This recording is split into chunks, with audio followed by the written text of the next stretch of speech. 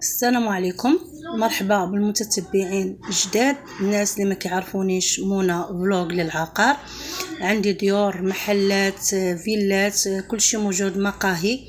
اليوم معنا مقهى جات في 17 في عين حروده مدينه كازا، بالضبط حدا ستاسيون افريقيا.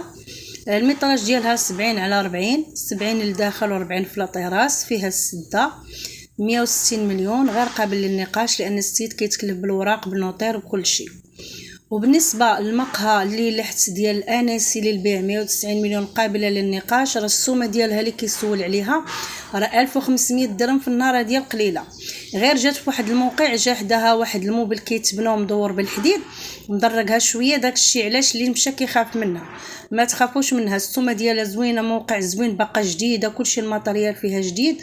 المهم هادشي اللي كاين. اللي بغى هاد القهوه يدخل عندي الخاص، ولا غنخلي رقم التليفون ديالي في صندوق الوصف. المهم اللي بغيتو رهينات، شقق، فيلات، اراضي، اي مدن، جميع المدن المغربيه، كازا والنواحي ديالها، مرحبا بكم. اللي بغى شي حاجه يدخل عندي. كما قلت لكم راه عندي حتى حساب في التيك توك نفس السميه، منى فلوق 500. اللي بغى يدخل يشوف الجديد كل نهار، مرحبا بكم. نخليكم مع القهوه كما كتشوفوا، السده ديالها مصلوحه حتى هي وزوينه، وجات بالضبط حدا ستاسيون افريقيا.